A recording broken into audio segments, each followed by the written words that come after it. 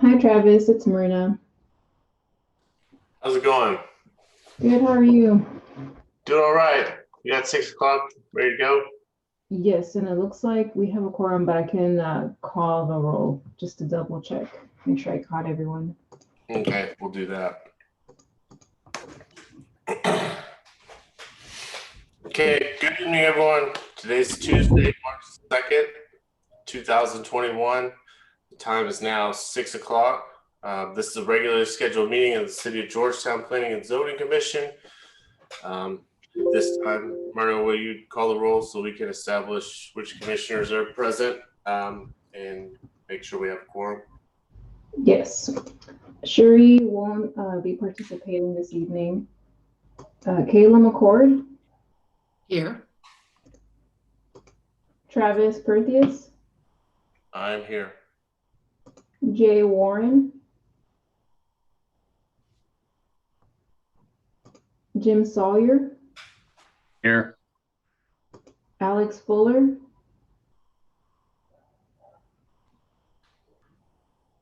I'm here. Tim Haney, Here. and Jerry McCauley will not be participating either. So it looks like we have 5 members present.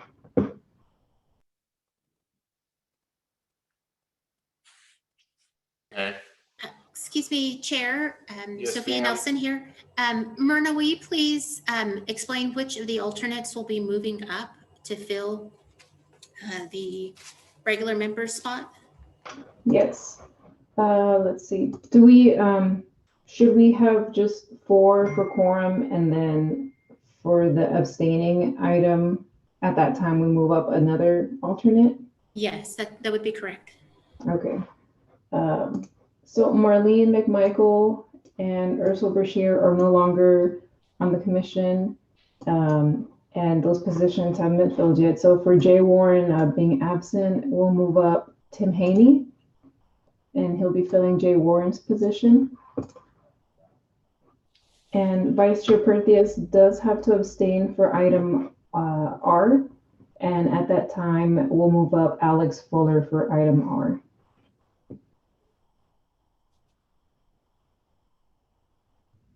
Okay. Everybody good with that? Okay. Okay. This time, remind everyone that the complete agenda for tonight's meeting and all the supporting documents have been uploaded to the city's website. If you have questions on locating any of this, please reach out to the planning department staff. Tonight's meeting will be 3 parts: the regular agenda, the consent agenda, and the legislative agenda. This time, we get asked Sophia, the city's planning director, to walk us through the process of tonight's meeting, including how items will be handled and how to participate in the meeting. Thank you, Chair. Good evening to the Commission and those in the audience. Just a few notes of housekeeping. We ask all speakers to state their name when speaking. If you are not speaking, please keep yourself on mute in order to help with the sound quality of and the recording and the ability for us to understand who is speaking. When it is time for public hearing, the chair will announce a public hearing. We will ask if there is someone present to speak on a public hearing to please raise your hand using the raise your hand function. If for some reason you cannot find that, please go ahead and send us a chat and identify your name and the item that you'd like to speak on so that we can share that with the chair and the commission, and we will announce your name at that time. If there is an item with more than 20 speakers, time will be limited to a maximum of 2 minutes for an individual and a maximum of 4 minutes should someone cede your time to you. Should we have less than 20 speakers on an item, that will revert to 3 minutes apiece and 6 minutes if someone cedes your time to you. So at the start of the item, the chair will ask, as if you're here to speak on an item, to please raise your hand. That will help us assess the number of speakers that we have on a particular item to understand how many minutes we'll be able to give you. for attendees and for commissioners. If you run into a problem that you need some technical support on, please go ahead and send me a chat or a message, and we'll do our very best to help you, commissioners and audience members, through whatever the problem may be. So thank you for being here. And with that, Chair, I'll go ahead and turn it over to you. Thanks, Sophia. Okay. Chair, Yep. Travis, can you hear me? Yes. I'm sorry. This is Commissioner Heintzman. I apologize. I was having problems connecting to the meeting. I just want to let you know that I am in attendance. Okay. Good deal. Okay, so that changes our members for item I don't R wanna make- only. Yes, so since we have 4 full commissioners now, we have, we'll keep Tim Haney for the item that we'll be abstaining on. Okay, then our first item is the regular agenda, which is public wishing to address the board. Persons may add an item to the future board agendas by written request to the staff no later than 1 week prior to the board meeting. The request must include the speaker's name and the specific topic to be addressed with sufficient information to inform the board and the public. Believe at this time we have no items on the agenda, no person signed up to address the board, so we'll move on to consent, which includes routine and non-controversial items, along with items that do not require a public hearing. Tonight's consent agenda consists of items B through item P. So at this time, are there any commissioners or any items that commissioners wish to pull? And are there any items that any of the commissioners need to abstain on?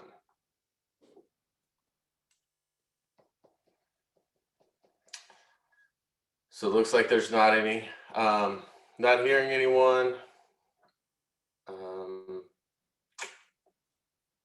The floor is open to a motion on the consent agenda. I'll make the motion. Go ahead, Tim. Yeah, Tim Haney. I'll make the motion. Okay. Motion for. Approval. Okay. So we have a motion to approve the consent agenda as presented by Commissioner Haney. We have a second. Kayla McCord, second. Second by Commissioner McCord. So Myrna, can you call the roll? Sherry Heintzman,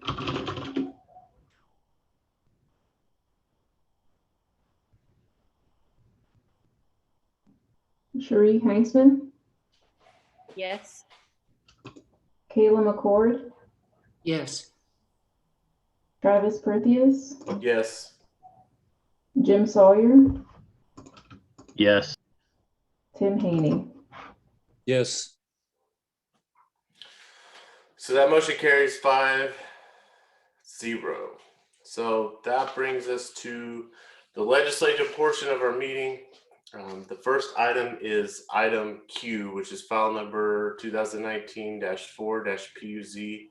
And this is a continued item from February 16th. And I believe, Sophia, you presenting this item? Yes, it is. I am presenting. I don't often get the opportunity to present to you all, and today I do. I'm going to share my screen. And may I ask, can you see a slide that reads Bluffview PUD? Yes. Thank you. Commissioners, before you today is a rezoning request for a rezoning request from a single-family residential zoning designation to a planned unit development district with a base zoning designation of RS and low-density multifamily. As the chair did indicate, this item is continued from a February 16th meeting, and it has been continued a number of times on your agenda. The reasons for those continuance was the applicant was continuing to work with the neighborhood in order to understand concerns, address those concerns where the opportunity may exist. And I do believe that this PUD that comes before you is reflective of those conversations. The applicant is present to address any questions that you may have or details that they may want to add that I may not have share or they'd like further stressed as part of their presentation. From a location standpoint, this particular property is located on the northeast corner of Leander Road in the Southwest Bypass. You can see it identified here in a red hatch. And then just to give you an aerial view of the surrounding properties and surrounding uses, the property as a whole does back up into the South Fork of the San Gabriel River. You can see that outlined in a dashed blue line along just north of the red outlined subject property. To the east, the property is surrounded by single family residential development, which is identified here as the Riverview Estates, and just north of the San Gabriel, the South Fork of the San Gabriel, is the Wolf Ranch Hillwood development. You'll see to the west, this particular property is bounded by the Southwest Bypass, and just across the street there from the bypass is property that's utilized by a Texas crushed stone quarry. From a future land use standpoint, this particular property is really split by two different future land use designations. One, the tan color that you see here is identified as the mixed density neighborhood.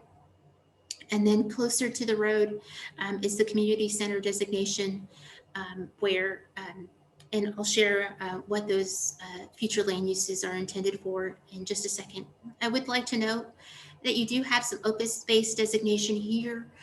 This particular portion of the development is property is not seeking development, but does carry a designation of open space. From a mixed density standpoint, so this is that 10 area that you just saw, and it is really intended for primarily residential, 80% residential with a complementary 20% non-residential for neighborhood serving services. As you can see here on the slide, it is the mixed density neighborhood, different from the neighborhood designation, is really intended to accomplish a variety of home types, whether it's detached duplex or townhome or single family designation, as well as a very low to moderate density multifamily when it is compatible and when it is appropriate. Some of the secondary uses are listed there, but really reflect that 20% non-residential status.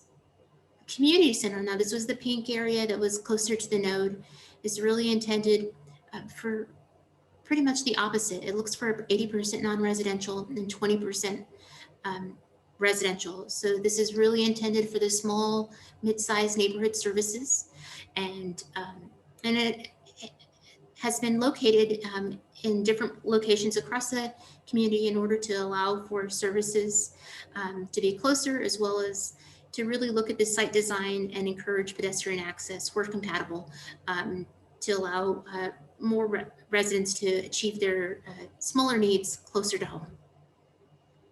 As usual, we share with you the ratios that are established and where the zoning case may influence the ratios. So from a community center, you see here the 80%,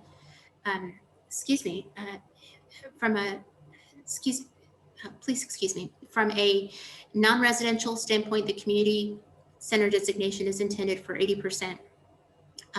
Non-residential, the colors are flipped here, and then 20% residential.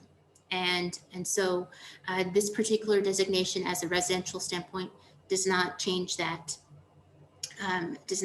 target. And then from a moderate density resident neighborhood standpoint, 80% residential and 20% non-residential. And then given the current zoning designations that exist on the property versus what is proposed, those ratios remain the same as you see here on the screen. As I've shared with you, this particular property is zoned single family residential. That's the RS, that's the yellow color that you see for the subject property, as well as the properties to the east. Immediately adjacent to these properties, though not part of the zoning case, you see a C1 zoning designation, which does support that local commercial designation. And then surrounding, just across the street from Southwest Bypass from this particular property, you see that the quarry, at least in the front portion, carries a designation of the agriculture designation, the interim zoning designation. This particular request that the applicant is seeking is a planned unit development. As we've shared with you in the past, the planned unit development districts are really intended as a special purpose zoning district.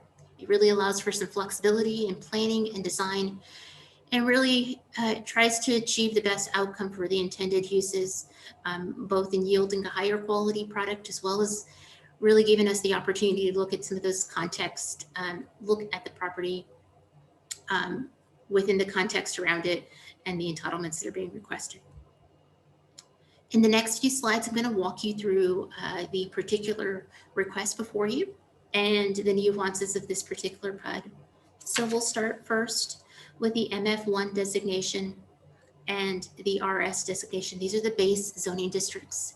And for the commission, as well as for the audience who's tracking this presentation, the base zoning district designations are really intended to establish which zoning district regulations shall be followed if a zoning regulation is not specifically outlined in the PUD itself. So for the portion of this property that's most closest to the Southwest Bypass, the requested base zoning is low density multifamily, and that's up to 14 units an acre. And then the RS zoning designation is intended for the remainder of the property. So the split here from a multifamily standpoint is 23 acres.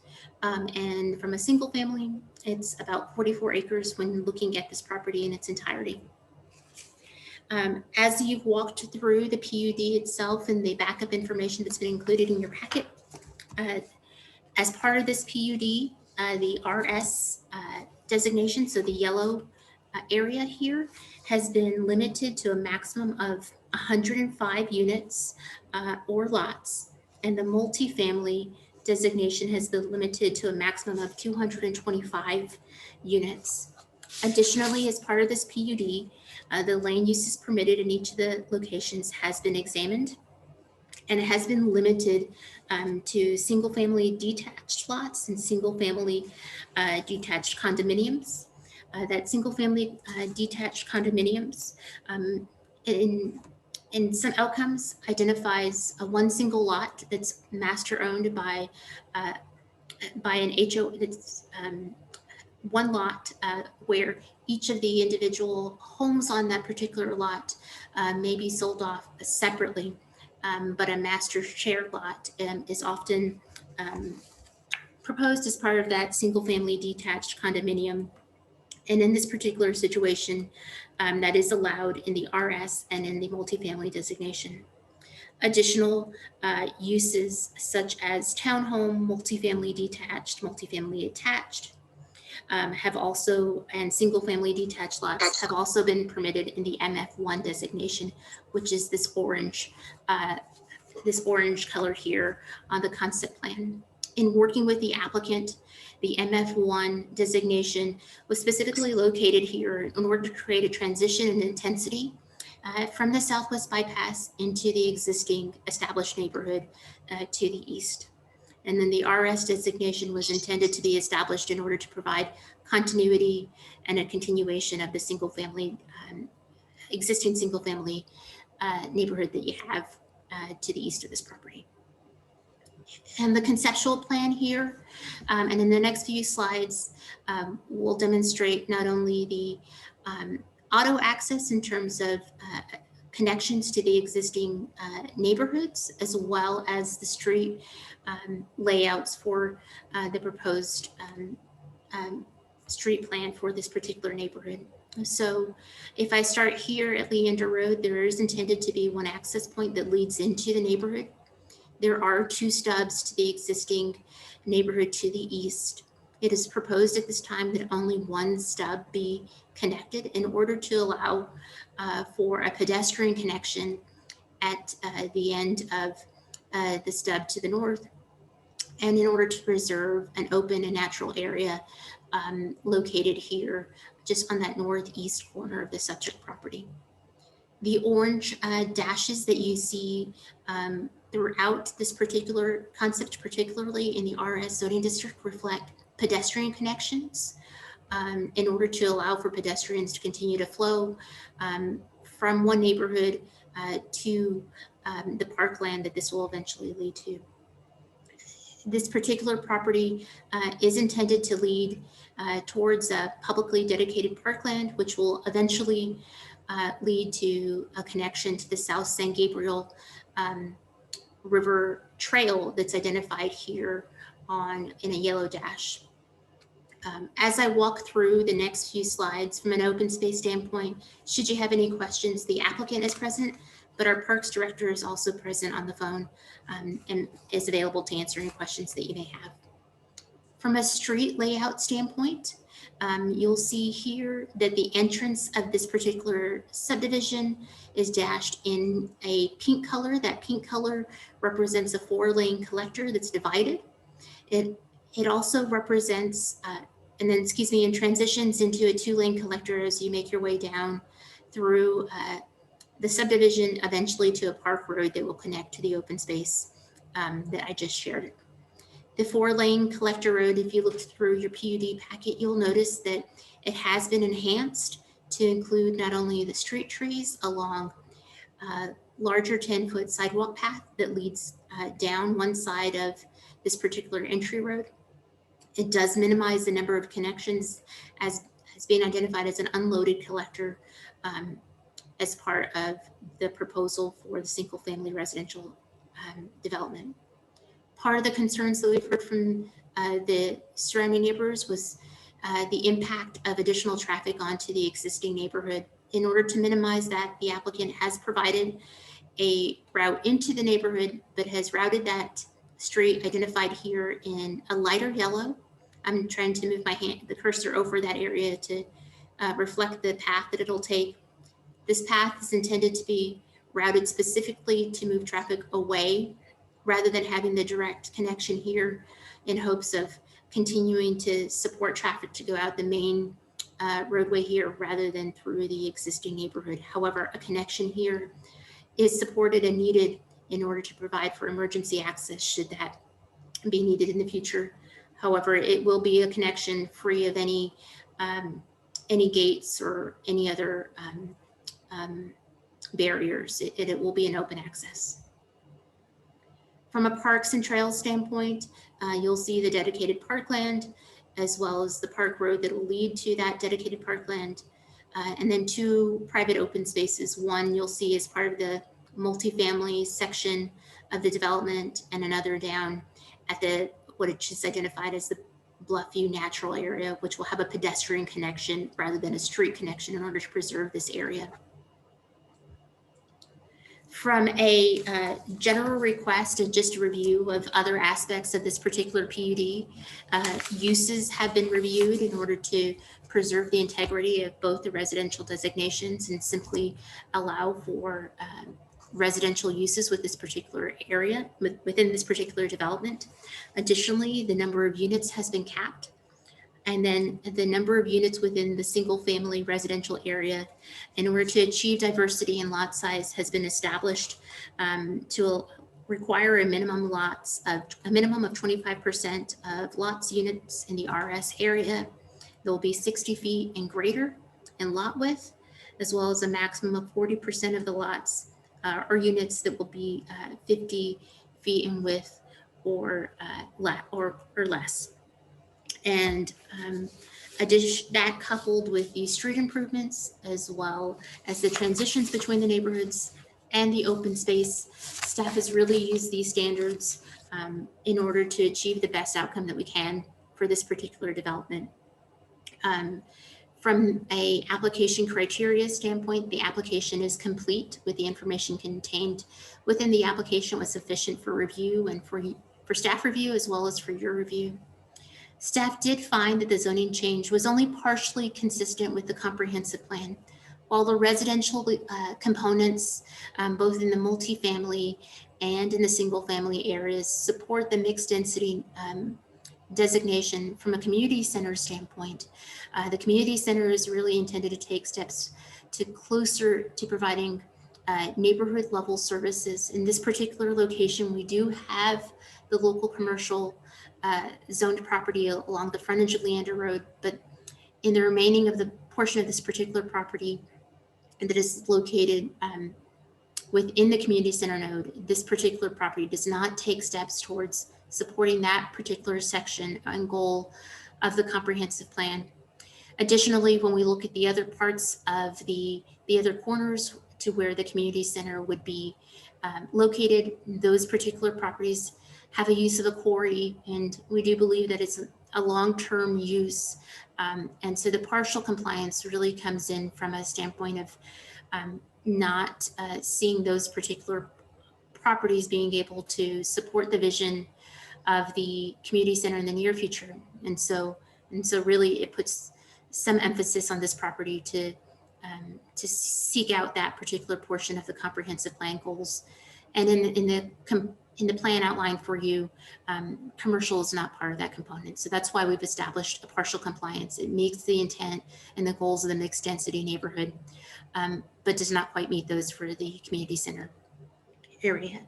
From a zoning change promotes the health, safety, and welfare of the city, we did find that this was compliant in part because of the transition in uses from the Southwest bypass to the neighborhood to the east, as well as looking to minimize the number of connections into the established single family neighborhood in order to preserve open space. We have looked at trying to continue those pedestrian pathways forward. So where we intended to preserve open space and retain as much as possible the integrity of the established neighborhood, not to cut off access to what we believe will be an asset of parkland that's located just north of this property that this particular Bluffview development will provide a significant connection down to the river in the South San Gabriel Trail.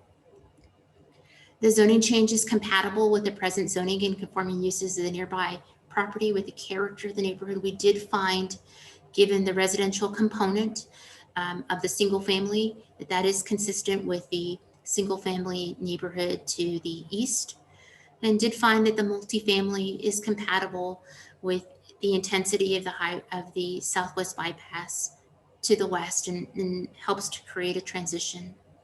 We did find that the property rezoned was suitable for the uses permitted by both those districts. And we did find that this particular PUD, by identifying the diversity that's required through the single family, as well as giving opportunities in the low density multifamily area, that we did find that a variety of housing types were provided as part of this PUD. We have found that the street layouts as well as the open space layouts do create a orderly arrangement of land uses with respect to the surrounding uses in the entire community.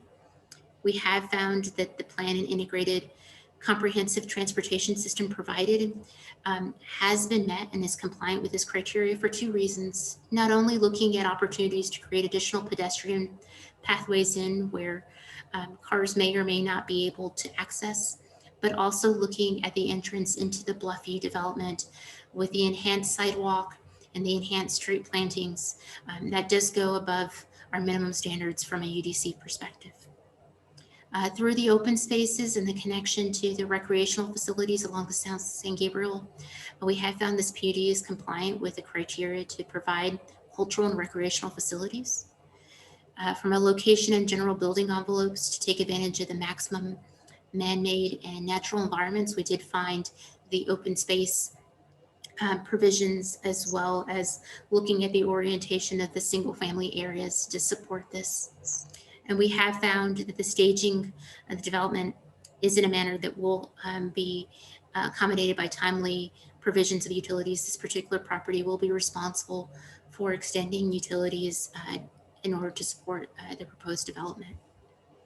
Chair, that is the conclusion of my presentation, but I did want to let you know a few resources that are available to you.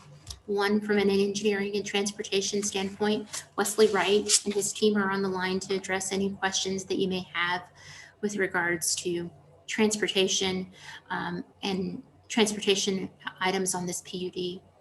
From a parks and open space standpoint, Kimberly Garrett is present to help support on any questions that you may have from a park standpoint. And then from an applicant perspective, they are here as well to share some remarks with you. I do know that the neighborhood is present here as well, and I share that with you from a standpoint of just the collaboration that they've had with the applicant on this particular proposal and staff. And so wanting to make note that they are present to share their comments with you.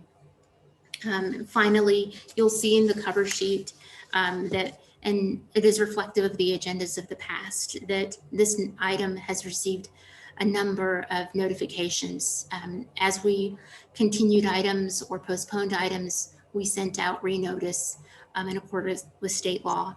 You'll see in the packet that you received a number of public comments on this particular case, and those have all been included in your packet for your consideration. General concerns that were included in this include additional traffic onto the existing neighborhood, consistency with the proposed development, and then some concerns regarding the multifamily. You'll hear more, but that is just a small summary of the comments that you've seen in your packet, and did want to make note of that due to the significant amount of what's been included in your packet.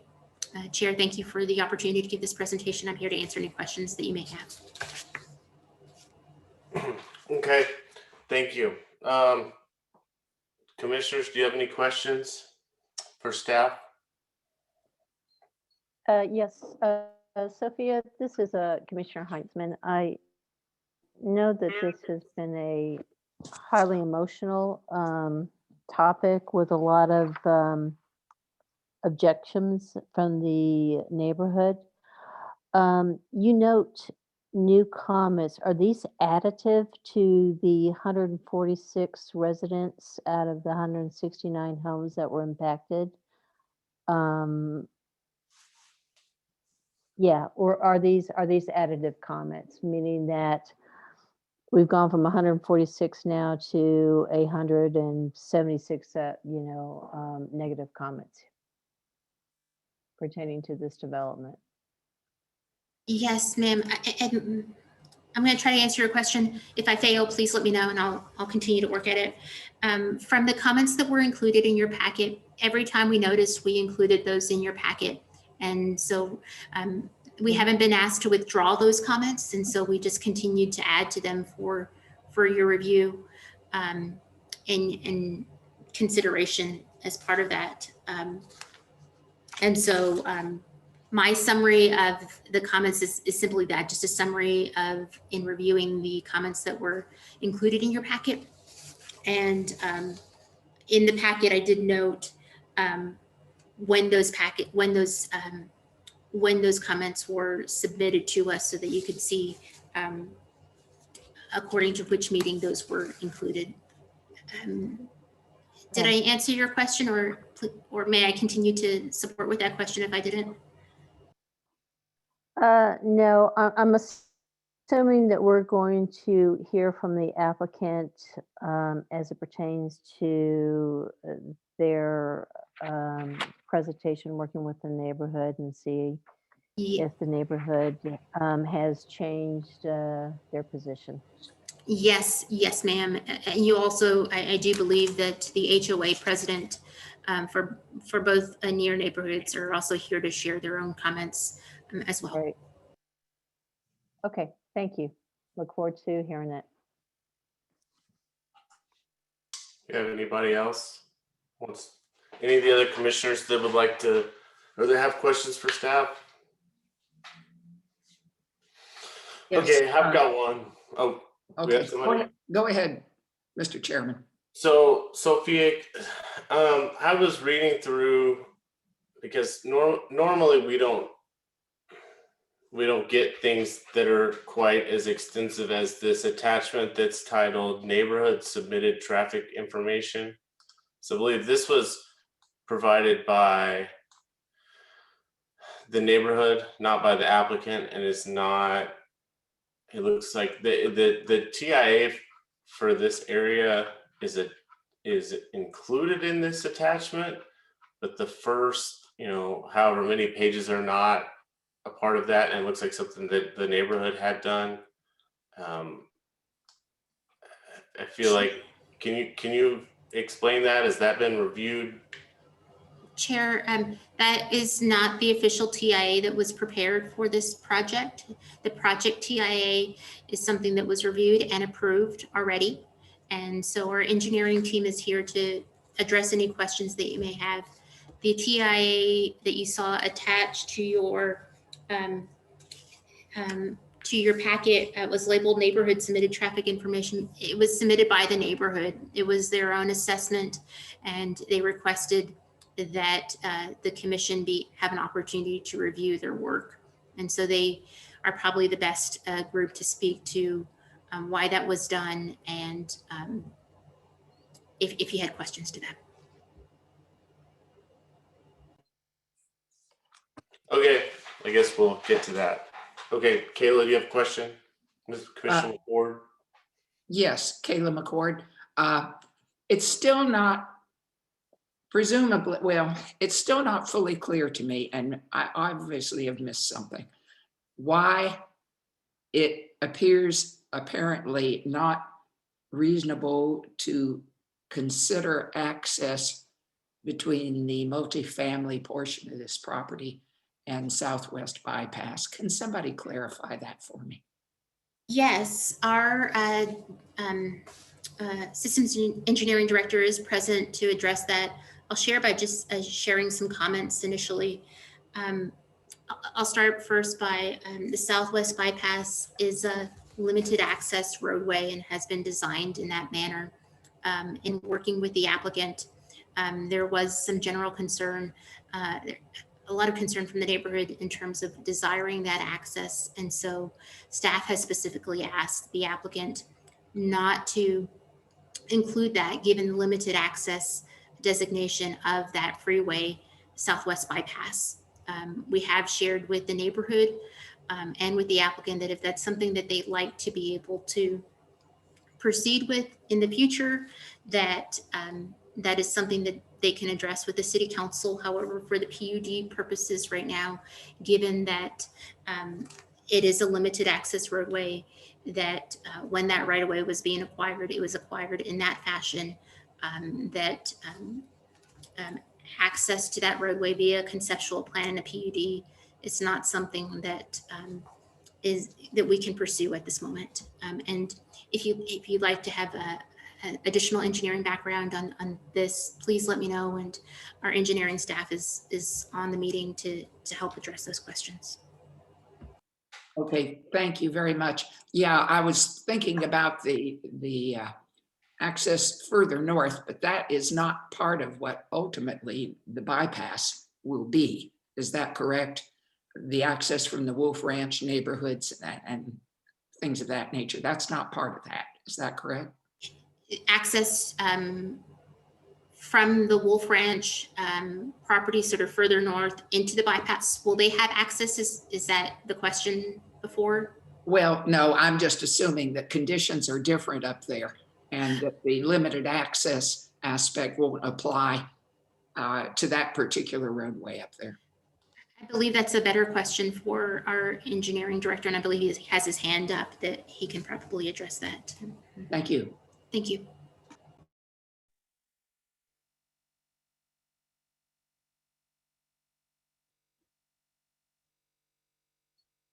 Do we have somebody that was gonna address that question? Yes, I believe Wesley Wright had his hand up for a second. He's not muted, so maybe. Can you guys hear me now? Yep. I apologize. I have computer challenges with Zoom. And my iPad works great, but the iPad's kicked me off a couple times.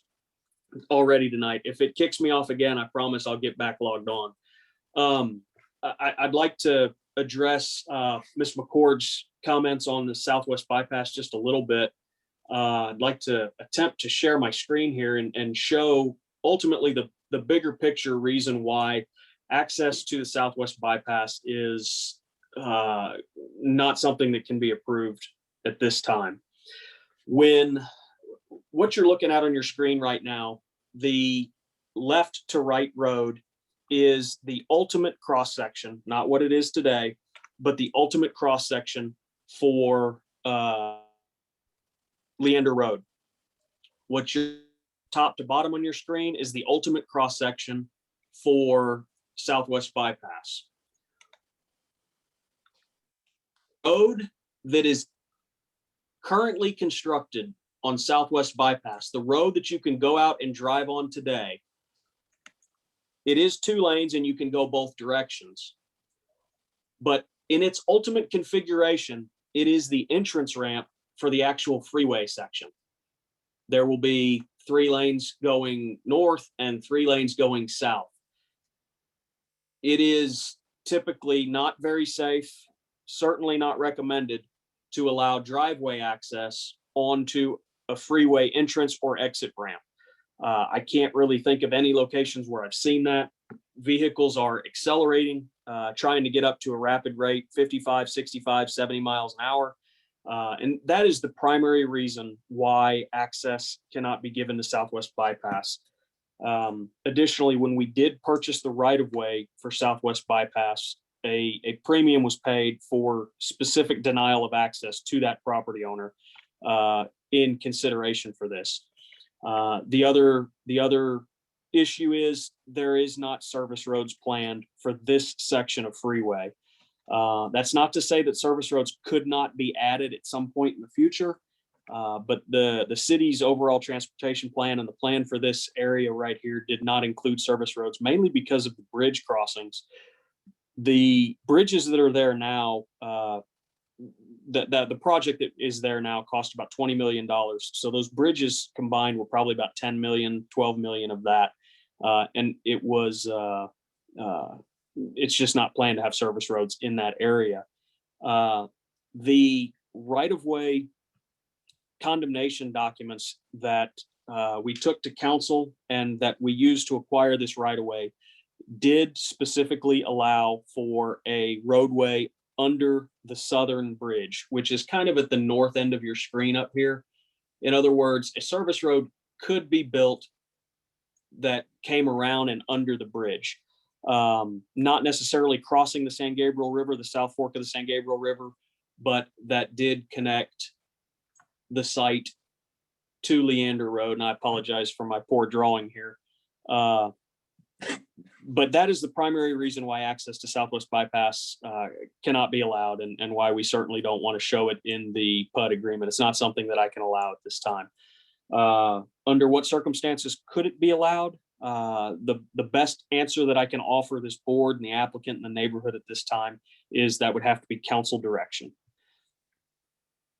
I hope all of that came through and my technical difficulties aren't causing a problem. But that's all I have to add on that. With regards to the comment about Wolf Ranch, I missed a lot of that. To the north, Wolf Ranch will have access to the service roads, and that is why Wolf Ranch does have some access to the bypass, because there will be service roads on the north end, and they're given access not to the freeway section, but to the service roads. Ms. McCord, I hope that answers your question. If not, I'm here to answer more. Absolutely, Mr. Wright. Thank you so much. That really clarifies it for me. Yes, ma'am. Okay, do you have any other commissioners that would like to ask questions of staff before we move on?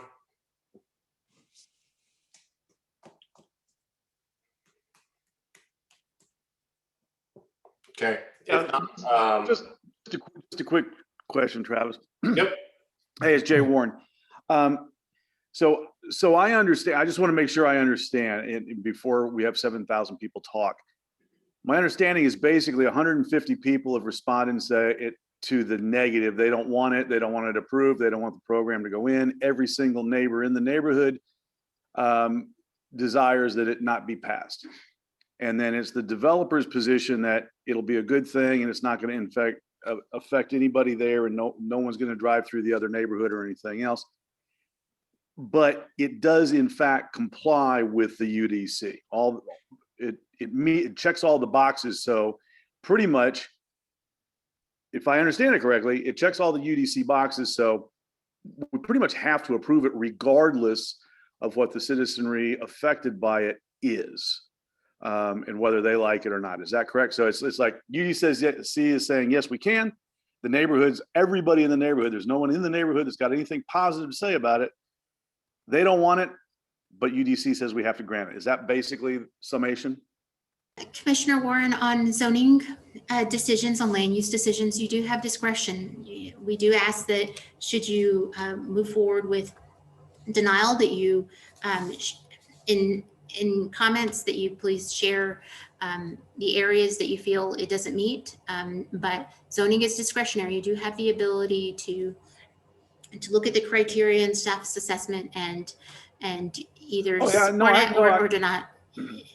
Yeah, Ms. Nelson, I understand that. And, you know, we can't deny it just because people don't like it. I mean, it didn't not meet the criteria. It's like, okay, yeah, it meets all the criteria. Sorry, guys. But I just wanted to make sure I understood that if it meets all the criteria, you can't just arbitrarily say, well, we don't like it, so we're going to deny it.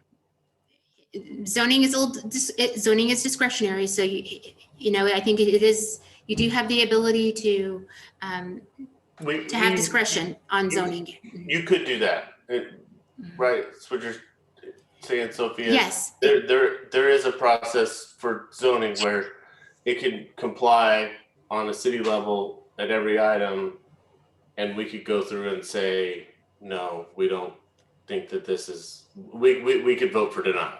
Correct.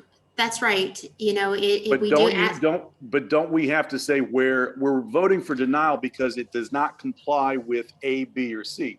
Well, if it complies with A, B, or C. We ask that out of a courtesy, but it is not required as part of your assessment, as part of your decision making.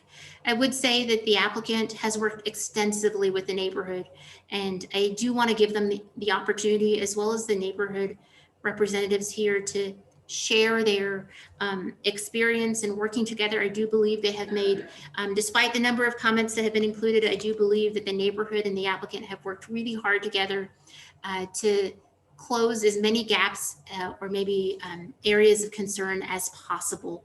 And that is an update since this packet was published, and I should say an update since some of these comments were sent. So I just wanted to share that despite the number of comments, an extensive amount of work has gone into trying to close as many concerns and gaps between the applicant and the neighborhood. Cool. All right, thanks. Let's let the applicant, or do we have, let's see, Jim's hands up. Do you have a question for staff before we let Mr. Maddox tell us about this deal? Not at the moment. The question was answered during the transportation part. Okay.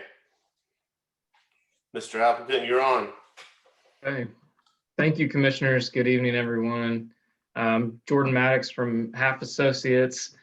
The Bluffview team that we have also online, Chris Whitworth is the developer, and Kathy Smith is the transportation consultant from HDR. They will both be available to answer questions as needed. I'm going to run through a few slides. I think Sophia really gave a good summary of what the project is and some of the discussions we've had, but if it's okay with everyone, I'm just going to share a little bit more background. Can everybody see my screen now?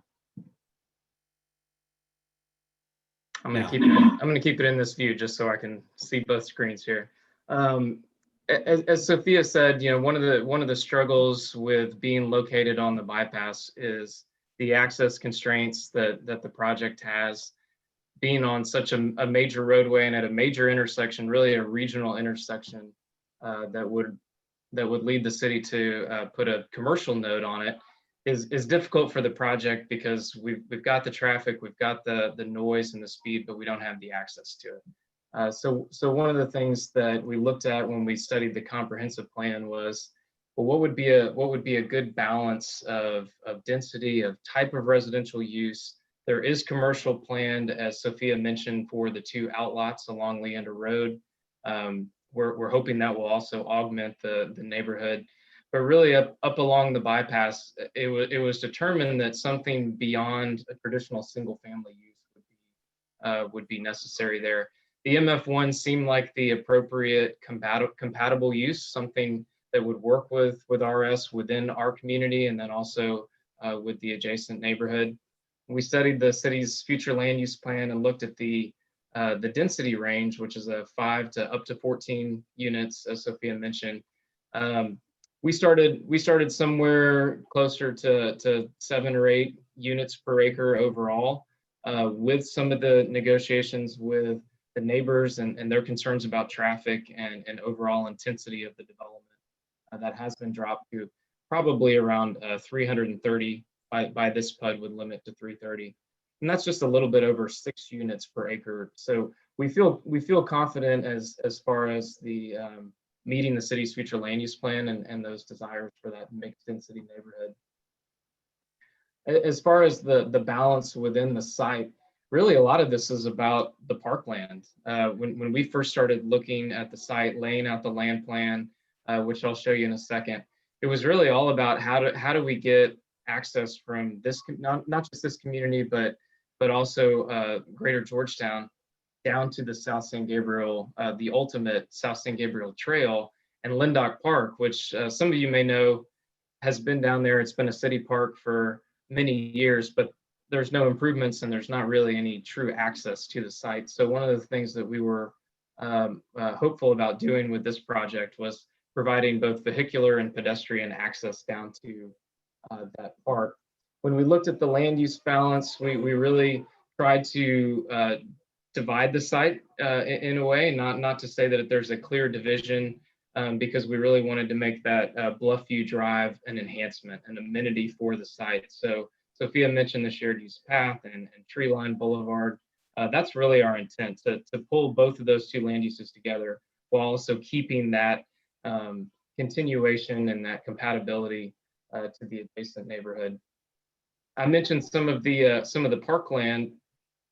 Part of this property, just due to the bluff and the nature of the floodplain below, will be given to the city, and the developer, as part of another conversation with the city about doing a public improvement district, is considering some additional land to also give to the city as well.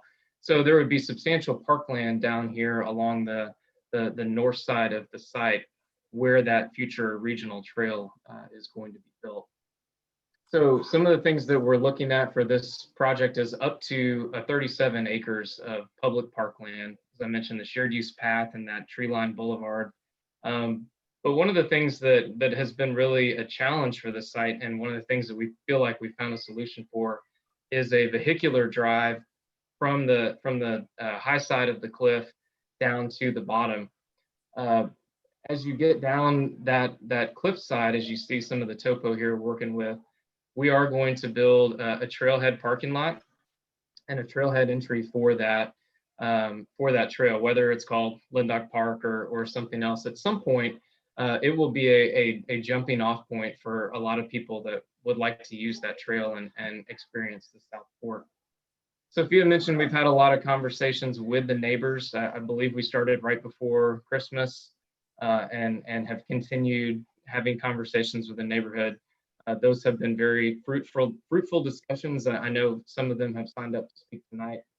But just a few things that we have discussed with them. The overall density has been reduced on the site. Sophia mentioned 105 for the RS area and then 225 for the MF1 area. The building height within the MF1, just due to some of the constraints of the site, was going to be a little bit higher. That's now dropped down to the same building height level as the RS district, including the adjacent neighborhood. We've revised the street layout. I think she showed you the circuitous route. We've really worked with them to manage the vehicular traversing between the two neighborhoods, but also promote the pedestrian linkages. So people that want to get on the shared use path and go down to the trail will have the ability to do so. The ongoing conversation about 2243 is going to continue beyond this approval process, but in order to help mitigate some of the 2243 design, we did agree to shift the Bluffview entry location. As you see right here, this is a location that's about 100 plus feet to the east of where it was originally located. And that was designed to allow for some additional room to merge and ultimately be able to make the turnaround at Southwest Bypass. We are, regardless of the city's access limitations to the bypass, we are working with the neighborhood to keep that option open in the future. And so we have agreed to work with the neighborhoods to prepare a private covenant that will allow for a 50-foot area to be provided for Southwest Bypass access. It's not going to be built right off the bat, but it would be something that would be reserved in the future in case the city changed its policy, working with TxDOT, maybe the design changed a little bit. That could be something where you could have an access point to the bypass. And then finally, Sophia mentioned the lot mix. We are excited about having a couple different products in the single family area. And so one of the things that remains in the PUD is that lot mix, ensuring that there are different lot sizes and products within the RS. And then moving forward to the proposed PID agreement is where some of the building design and architectural standards are now, due to the new law, it can't be in the PUD. So it would be part of that agreement. That was also very important to the neighbors. I want to introduce Chris Whitworth real quick, just so he can say a few words. Chris has been working at this for a number of years, trying to make sure something can be built on this property that the community can be proud of. Chris, are you on the line? I believe so. Can you hear me? Yes. Okay. I apologize. Just like Wesley, I've had some technology challenges at a great opportune time. As Jordan said, we've worked on this project since we've owned it since 2013, but I guess more specifically since March of 2019 on this kind of rezoning process. As Jordan mentioned, I think we took a general approach to the project that we were at a regional intersection, and how do we kind of get a use that's conducive to that intersection, but then also be respectful of the adjacent neighborhood. So as you've seen, adjacent to the neighborhood, we have similar use district, and our density increases as we get next to the bypass. After doing that, we spent the last 2 years with staff working through various issues in this and some of the other entitlements Jordan's mentioned. And I think we've got a great project to address everybody's issue. Then at the end of 2020, we were originally scheduled to go to P&Z. We postponed that with the neighborhood opposition and spent the last 60 days working through issues with the neighborhood.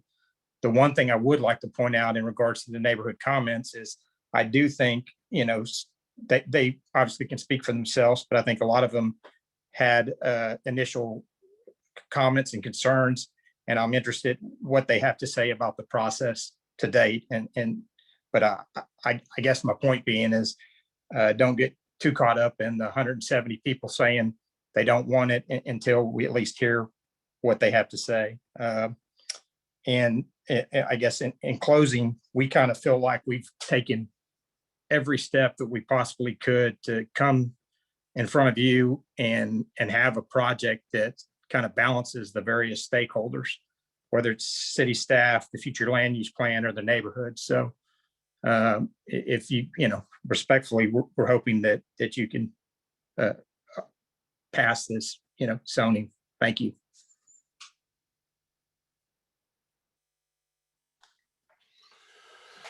Okay. Any commissioners have questions for the applicant now that they've given their presentation?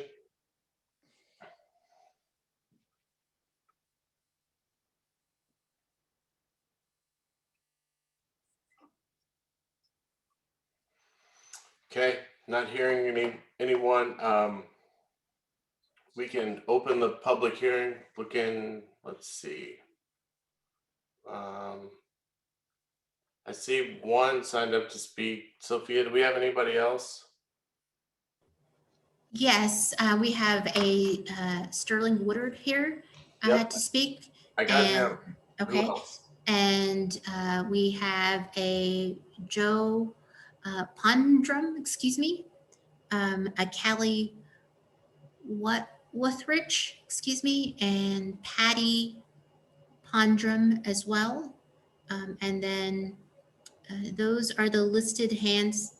Those are the names that have a hand raised by them. We have a Danny Noth as well. Excuse me if I'm mispronouncing your last names. Eric Suddeth. And those are the 5 attendees plus Mr. Woodard. That is, so 6 at the moment that have their hands raised to speak. And I believe that Mr. Woodard has somebody who may be ceding their time to him. If it is just these 6 speakers with one ceding their time, that means everybody would be given 3 minutes with a total of 6 if somebody was ceding their time to them. Looks like we have Emily Woodard that's giving her time to Sterling. Perfect. So we could start with Mr. Woodard. Please, he'll have 6 minutes. Yes, that's right. State your name and address, and then you'll have 6 minutes.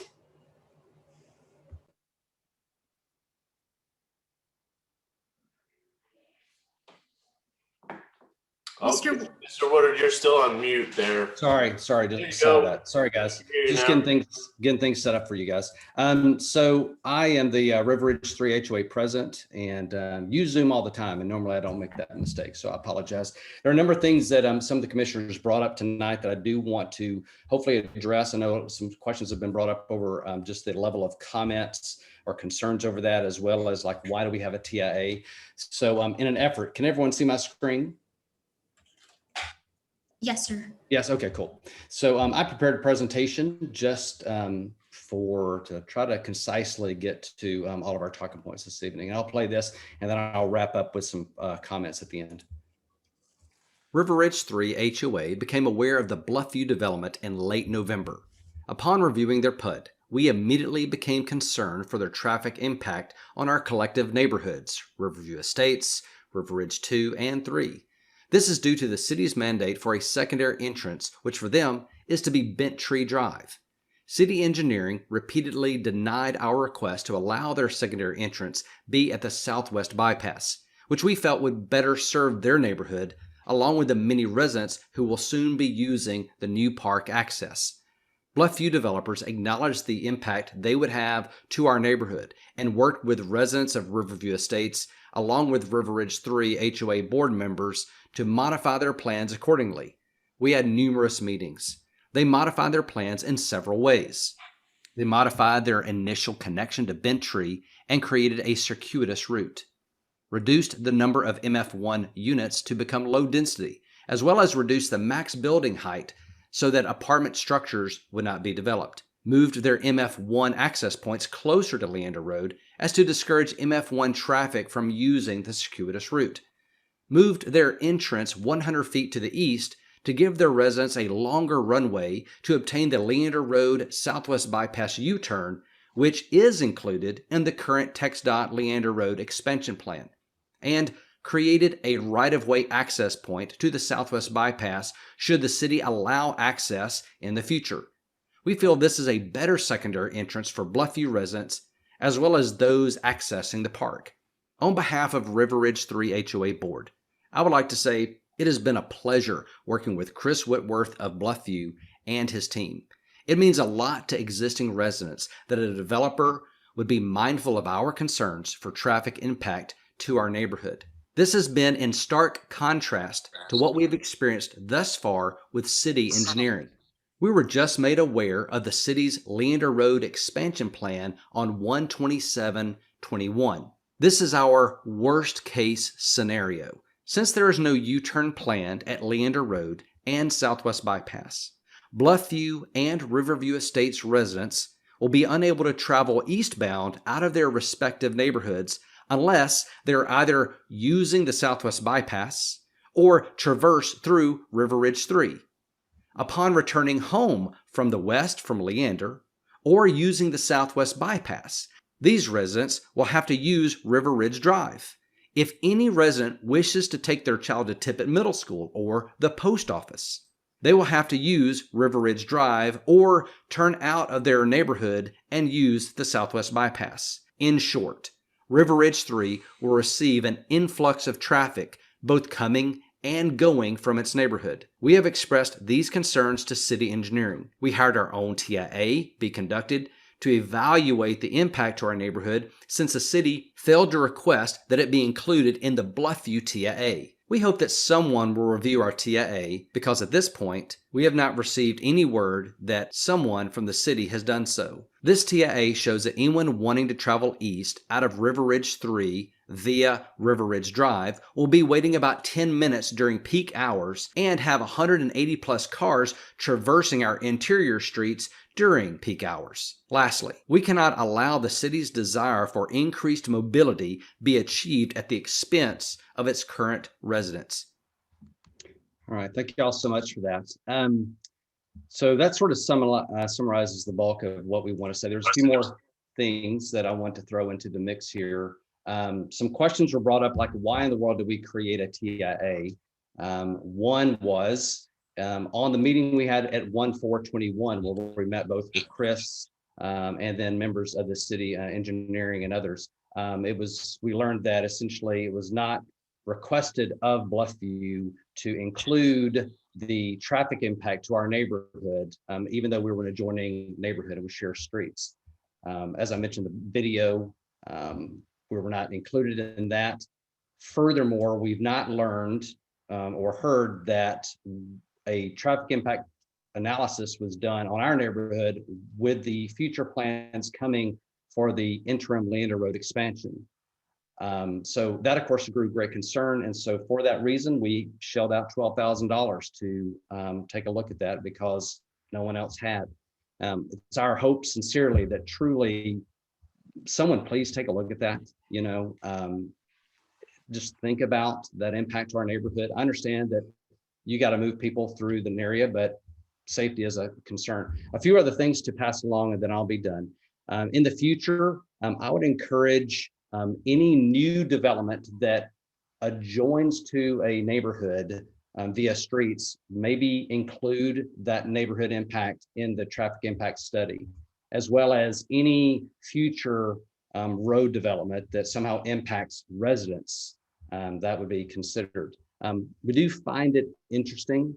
Some folks have noted that they find it interesting that TxDOT engaged with the city a year ago on their future plans. That's 10 years away. And yet we just learned sort of a leaked image of this future Leander Road expansion plan days ago. Otherwise it would be on the bond. We'd probably vote for it and didn't know otherwise. And but that will of course change. Thank you so much for your time. I'm open to questions. Thank you, Mr. Woodard. Okay, looks like next we have Patty Pondrum.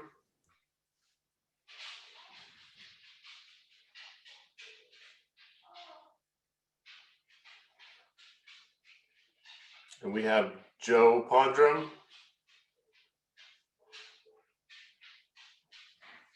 I'm unmuted. Can you hear me? Yes, sir. Can you please state your name and address for the record? My name is Joe Pondrum. I live at 306 River Ridge Drive. I've been in Georgetown since 1998. Find it very interesting because I used to be the president of the River Ridge 3 HOA board many years ago. The changes that are being made around here and the lack of accessibility for Bluffview from just a traffic standpoint are hard to even understand, much less get it through my mind.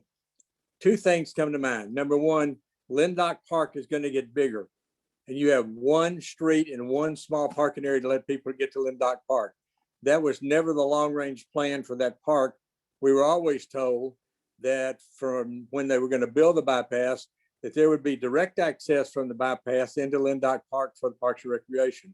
I find it very interesting that the traffic man from the city now tells us that, hey, we can build a service road that circles underneath the bridge and comes back out to let people get out, which would also give them people direct access into Lyndoch Park without even having to drive through Bluffview on the state. And I've got to go along with Sterling. I've been to every TxDOT meeting about roads within the city of Georgetown since I started having them, whether it was I-35, Leander Road, and what the city's talking about doing for the expansion of Leander from where it drops from 5 lanes to 2 or 3 is nothing about what we discussed with TxDOT. And I realize TxDOT has pulled out of this operation now, and it's all a city deal. We want to support the city on this, but there's going to have to be some more talk about left-hand turns coming out of these subdivisions. This just doesn't work. It doesn't even work from a public safety point of view. Your secondary fire station for this neighborhood is the Public Safety Fire Station 5 out at DB Woods and Williams Drive. And you're talking about having fire apparatus coming south that are not even going to be able to turn left into this subdivision to fight a fire without going down and making a U-turn through a raised median on the road. Don't have anything really against raised medians. The raised medians can be used to also direct traffic in a left-hand turn just as well as they can block traffic. And if the traffic division needs to see some examples, I'd be more than happy to show it to them in Dallas. And my wife, Patty, would also like to talk. She was having trouble unmuting. So she's going to talk on this side if it's all right with you, Mr. Chair. Well, we can, if you're done, we can start with her. Okay, I'm done. That way she'll get her 3 minutes. So if she wants to, see Mrs. Ponder, if you want to state your name and address for the record, we'll get you started. Great. I'm Patty Pondrum, 306 River Ridge. I do want to say that we were hopeful in getting some of your assistance with the transportation department. Our biggest concern is no access to the Southwest bypass. And I will say that that would make a huge difference to this neighborhood. These are going to be our neighbors. These are going to be Georgetown community people. And I think one thing you don't quite, or hasn't been presented, is that there is a double pipeline, both oil and gas, immediately to the east of this new PUD. And if there is any fiery explosion, if there is any leaking gas, if there is a wildfire that comes up from the South San Gabriel River, you will close the Bent Tree access to leaving the neighborhood. And you will have 330 families, not people, but families trying to get out of a single street on which you can only turn west and not even turn east. 330 families in an emergency, either crossing a blazing pipeline or leaving the neighborhood by one exit. I think it's a terrible safety situation. I say that the pie in the sky, new, huge freeway coming down the Southwest bypass in 10 or 12 years is a sad way to endanger all of these people, trap them in their neighborhood in case of any kind of emergency. And I will say, after last year and a global pandemic and never since an 80-year ice storm and maybe even wildfires all over this country, that the chance that that pipeline might be affected so people cannot leave the neighborhood in that way is definitely something to consider from a safety point of view. Just ask the PUC, they're being held responsible for a lot of stuff that's happened because they didn't take into consideration what might happen. I would ask that if there is any way you can help us with the transportation department to at least give us over the next 5 or 10 years an entrance and egress down near the park, which there's gonna have to be one there anyway, that will get these people another way in and out of their neighborhood. It will be an extreme safety issue And it would be very helpful for the lives of the survivors of people that might be caught in an emergency. And that's all I had to say.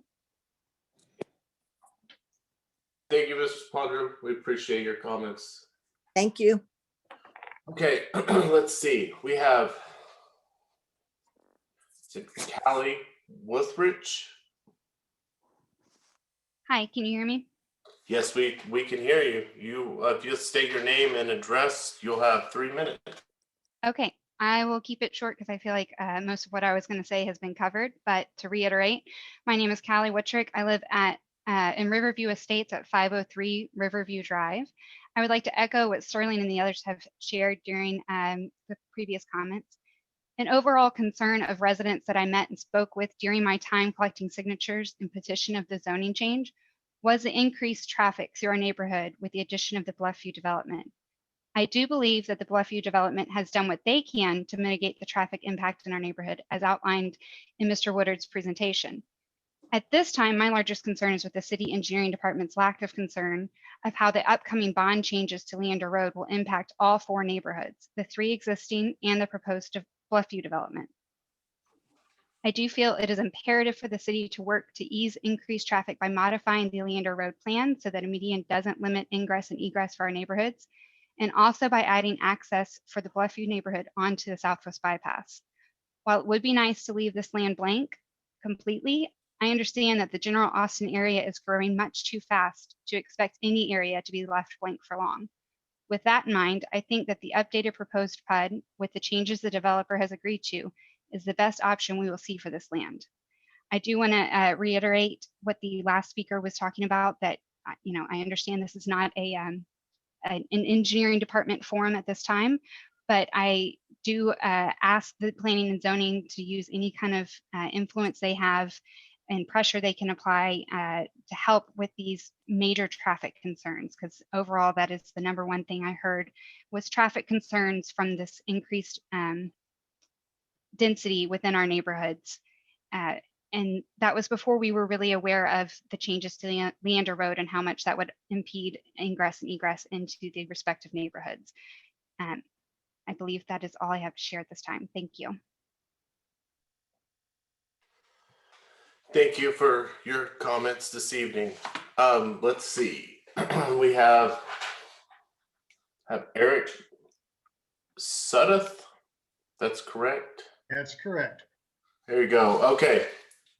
Okay. If you will state your name and address, you will have 3 minutes. Okay. This is Eric Sudduth, and I live at 103 Remrock Cove, and I am the president of the Riverview Estates Homeowners Association, but I'm not speaking on their behalf.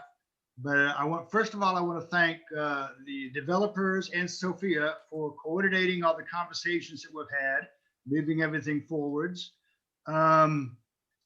Traffic has been the major concern of the residents in this neighborhood. I think some of it has been mitigated, but we still, as everybody has said previously, have to work on the Leander Road issue and hopefully access to the bypass. But I believe that with the modifications that have been made to the subdivision, as far as the road structure and the moving the ingress and egress to the MF1 designated area, that it is something that the neighborhood can live with based on the conversations that I've had with surrounding neighbors.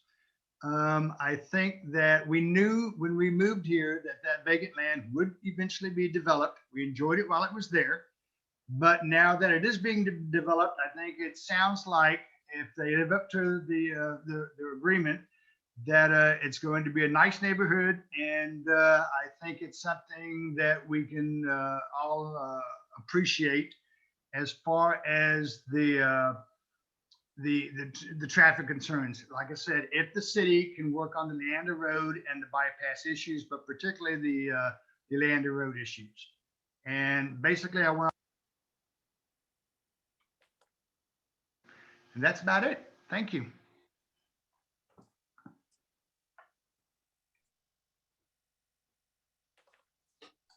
Thank you. Let's see. I show one more speaker signed up. We have Danny Knopf? Yes, I'm here. Can you hear me? Yes, sir. Thank you. My name is Danny Canal. I live at 202 Riverdown Road. I just want to echo what everyone has already been speaking about as far as traffic concerns and safety concerns with this neighborhood. I'm the guy that's not going to be able to get out of his driveway when this goes through, because as the maps have shown, there's only going to be 2 ways for the new neighborhood to access Leander Road off of River Ridge. And one of those streets is my street, Riverdown Road. I guess you'd call it the southern end. Riverdown Road makes a loop. And the northern end, according to the maps that I've seen, is not scheduled to be connected to this new neighborhood. So basically, folks will come out on Bent Tree and then cut across onto Riverdown Road or Fox Hollow to access River Ridge to go east. I don't know how the Planning and Zoning Commission or the city cannot take into consideration the traffic study that was done and paid for by the Homeowners Association. I would encourage everyone to please read that traffic study and look at the impact that it's going to have on the existing neighborhoods. And I understand that they've reduced the density and that they've worked closely with the developer to try to mitigate as much as possible, but you're still talking about up to 335 family units, and probably 2 vehicles per household is not unreasonable to assume. That's a lot of vehicles to move down 2 city streets that were never designed to carry that traffic load. I don't know why the city has not considered that in reviewing this. So I would encourage everyone to please read that traffic study and look at the impact it's going to have. And I want to say that I appreciate everyone's comments tonight, because they've really talked about everything that I wanted to talk about. I just wanted to re-emphasize the safety aspect of this additional traffic through our neighborhood. And like I said, I'm the guy that's not going to be able to get out of his driveway during peak traffic times. And then the rest of the time, I'll have to inch out to make sure that I'm not, interfering with anyone. So thank you for your time, and I appreciate the opportunity to speak tonight. Thank you very much. We appreciate you taking the time to speak. Sophia, I don't see anybody else. Do we have anybody else signed up to speak? Yes, sir. It looks like Wade Todd has his hand raised and would like to speak on this item. Let's see. Yes, am I unmuted? Yes, sir. Okay, thank you very much. Wade Todd, 524 Riverdown Road. I also serve on the River Ridge 3 HOA board. I just wanted to address some of the comments earlier from the commissioners before we heard the presentations. I think there were a large number of responses that, I don't remember the total, 170 some odd, but you've heard from representatives from both of the neighborhoods tonight that those early concerns that we have been largely addressed. And I would submit to you that if that were not the case, there would be most of those 170 folks lined up tonight to speak.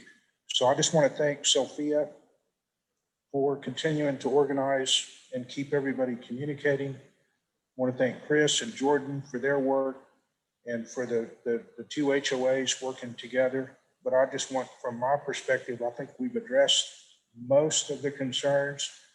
And I think you see that reflected in Sterling's presentation. And that's why you don't have a large number of folks signed up tonight to speak.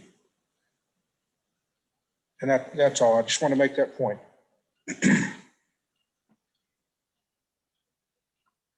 Okay, thank you very much. We appreciate all the people that have signed up to speak this evening.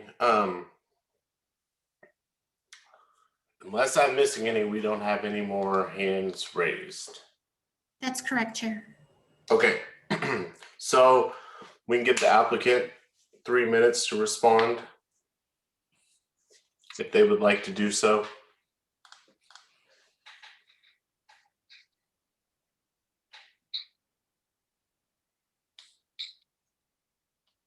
Chris, if you'd like me to weigh in, I don't have anything else to add. Appreciate the neighbors' comments and the work we've continued to do with them over this time. Okay, thank you. So, let's see. We can close the public hearing. And then at this point, the floor is open to a motion, and then we can have some discussion if we need to do so.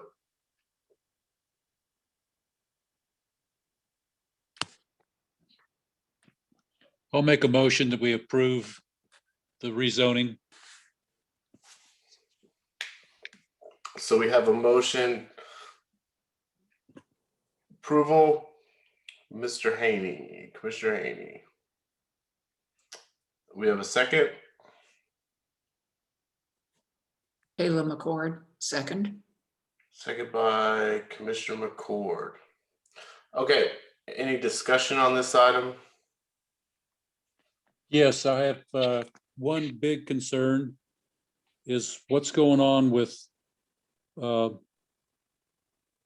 Leander Road in the future. I'd hate to hold this subdivision up for something that's related to the highway department and highway issues, but they bring up some valid points and concerns. If they don't have access cross traffic to get into Leander Road in the future, how's this going to be handled? Are we looking at a lighted intersection somewhere along here to make access to Leander Road for the different subdivisions, or how are we going to handle this? Maybe that's for a future discussion, but I see that to be a problem, but I also don't see it to be the reason to hold up the approval of the zoning change. Well, this is Jay. Leander Road's going to be a 5-lane highway all the way out to 183. So at some point in time in the next number of years. So at some point in time, that's going to happen. Now, when it happens and when they get the money, because they don't have the money and stuff for it, but that's with the county, the city, and TxDOT, that's going to happen. So every intersection between here and 183 is going to have to be addressed, and that just is what it is. And there is no answers at this point in time. Chair, if I may interrupt for a second, I apologize for interrupting at this time, but as I understand it, and I'll ask here our recording secretary to help me out, but because Jay Warren has joined the meeting, and I believe he joined while staff was making the presentation. Yes. My understanding is Jane being a full member, our Tim Haney, our alternate member, will come down. And so we would need for the actual full member to make a motion. Yes, sir. Gotcha. Yeah, sorry, I didn't catch that in time. I knew he was off, but I didn't catch that when he made the motion. So thank you. We would have to have a motion for approval from one of the commissioners that's voting on this. That is correct, yes.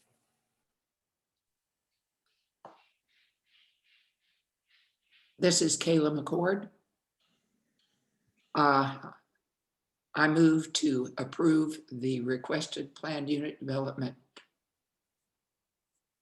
Okay, thank you. Recommend approval. Okay, I'll second that so we can get back to discussion.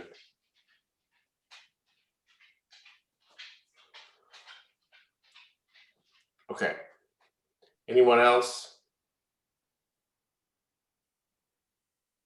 So Travis, this is Sheree. I just want to ask just a clarifying question. Based on all the commentary that I've heard this evening, it sounds like the residents are appreciative and are somewhat aligned with the developer on all the recommended changes. It seems like the big issue really centers around the traffic and the ability to enter and exit the neighborhood. Am I correct on this? That's my understanding, is that through discussions with the developer in the neighborhood, they've come to an agreement on density and zoning that everybody's pretty happy with outside of the traffic issues that are being presented by access. Okay, all right, thank you. That's what I thought. I just wanted to make sure.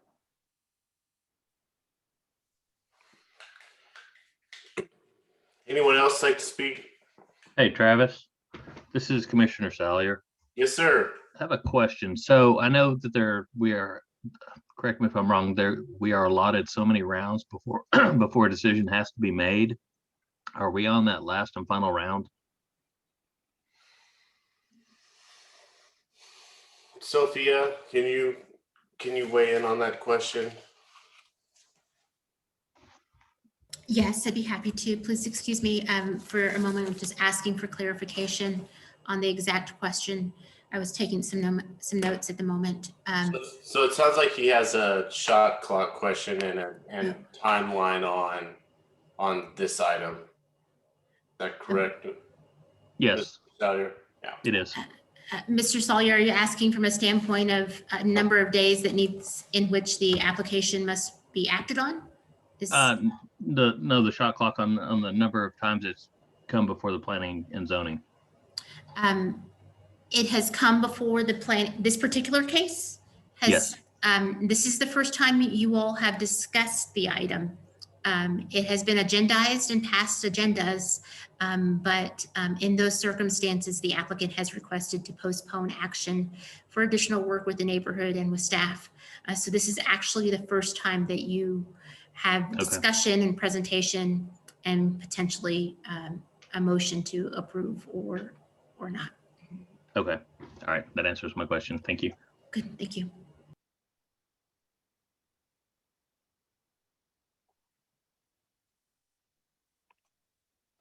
Have anybody else that would like to speak?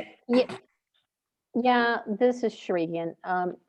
So do we have the ability to request that we go back and re-look at the traffic impact and the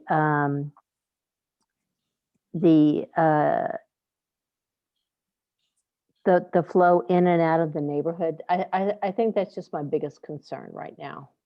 So Sophia, I got a question, and this hopefully will answer Commissioner Heinzman's question there. So if the PUD was approved on this and they get their zoning, they would still have to go through the site development process. So the next steps, to answer your question directly, yes, in part, and I can soon explain that part. So the next steps following, if this property is entitled, and as a planning commission, you have the ability to approve, deny, or approve with conditions. So if there's conditions that you feel like are necessary to support this development, then you can make that as part of your motion. But should this particular request be approved, the next step that they would follow through would be platting, consider the subdivision plat, and the next stage after that, if they were proceeding with the multifamily or the single family condo regime, they would proceed with the site development permit after that. If they go straight single family, it's just platting. It's just the subdivision platting process. Now the the traffic impact analysis for this particular development has already been approved by and our engineering team can speak more to that. That's sort of the status of next steps, options for action, and the status of the TIA from the city approved TIA. Okay, so short answer is this item will come back to planning and zoning at least one more time. It will be looked at. So if the PUD is approved and they get their zoning, that would move them down the line to continue to work on it. But at this point, they're not going to be able to build anything. There's still chances to visit this item, and I think they've got some real valid questions on access and traffic that are going to affect that neighborhood. But it sounds like the developers really worked with the neighborhood on the zoning piece of it. So I guess I'm curious if this is the point to try to hold this up. So next steps. So this is the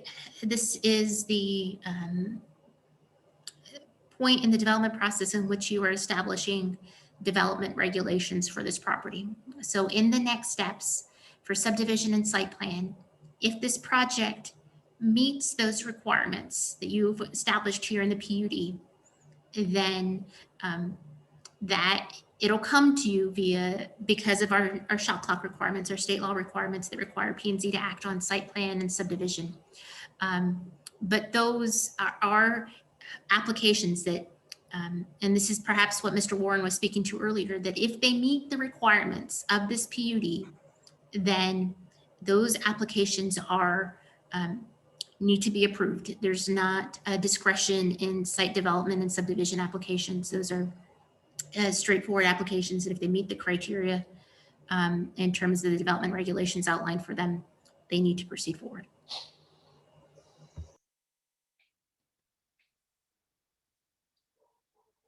Okay, thank you.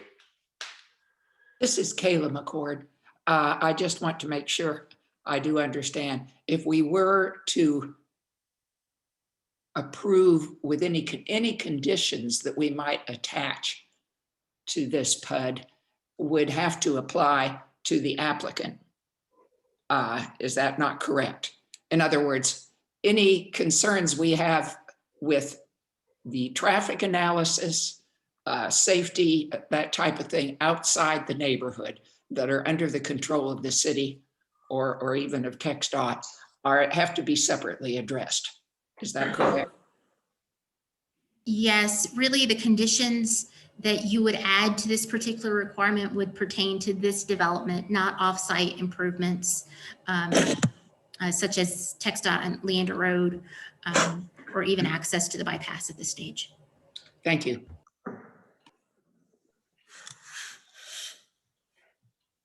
Anyone else?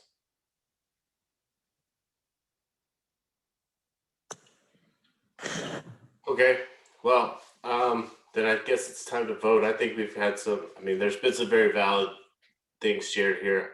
I will say that after hearing from everyone, it's, I think this zoning, at least to me, sounds like, somewhat of a best case scenario for this property. You've got a developer that's actively working with the neighborhood next door. And the traffic issues that were brought up are outside of what we're truly looking at here, which is the zoning of this property. So unless anybody has anything else, ask Myrna to call the roll.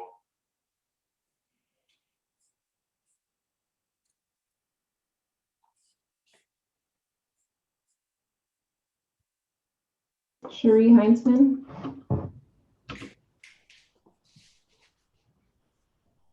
Yes. Kayla McCord, Yes. Travis Berthius, Yes. Jay Warren, Reservations, yes. Jim Sawyer. No. So that would, if I was counting right, that would pass 4-1, correct, Myrna? Yes. Okay, let's see. So that takes us to our next item, which is item R. And I am a recusal on this item, so I believe Commissioner Heinzman has agreed to handle this item for us, which we really appreciate.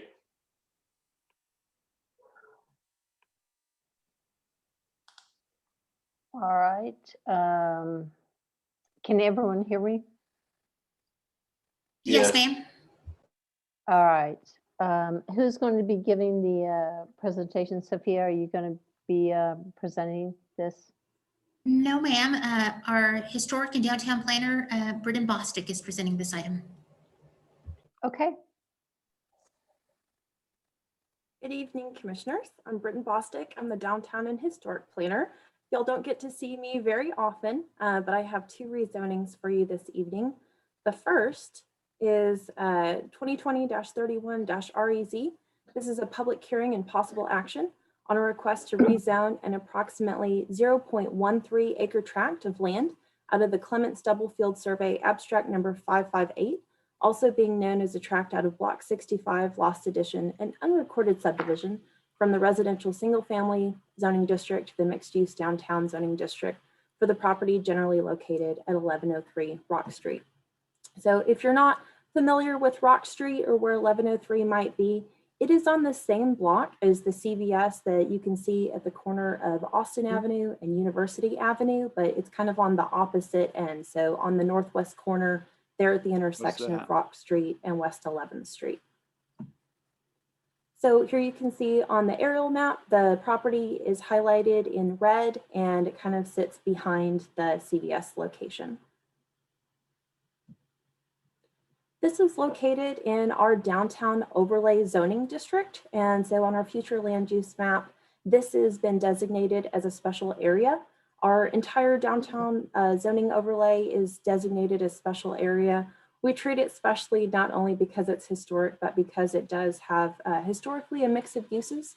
It also has a mix of new and historic structures and kind of so it has a lot of commercial, some residential, but kind of limited commercial. It acts a little bit differently than a C1 or a C3 zoning district does. If we look at our zoning map, you can see that the property is currently zoned RS, residential single family, but it's surrounded by primarily commercial zoning districts. So it's sharing a block with mixed use downtown zoning, also office zoning, and then you have mixed use downtown to the north, also to the west across the street, and then another office property. And then there's a transition to some residential single family properties further to the west, and then also to the south. So this is kind of the last residential single family zone property in this area. Rock Street developed initially as a residential neighborhood, but over time has converted to commercial uses in the historic homes that line that street. So this property in particular did have a historic home on it.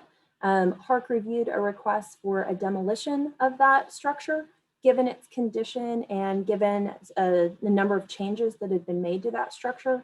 The Historic and Architectural Review Commission determined that the structure was no longer contributing and gave approval for demolition. And so that is in process right now.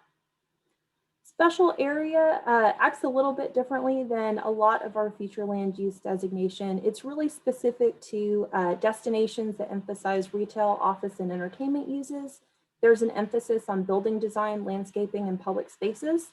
And then we're also looking for pedestrian-oriented spaces that include shopping streets, shared parking, and then strong links to the surrounding area. So what you tend to see in special area, and this is true of our downtown, a lot of mixed uses, so high density residential and retail. You can also see some medium density residential, office, commercial, recreational, and civic uses. And so this particular area of our downtown, you definitely see the office and kind of smaller commercial uses. And so in the zoning district mixed use downtown, we allow for a mix of general commercial and retail uses, but this also includes single family and multifamily uses. And so this property in particular has been a single family residence for its history. It could continue as a single family residence with the mixed use downtown zoning. So the proposed change to the zoning district wouldn't change the ability of the property to have a single family use. Oftentimes these properties or the lot sizes are smaller in scale and scope. You don't tend to see the multi-acre sites in the downtown that you do in some other commercial areas of Georgetown.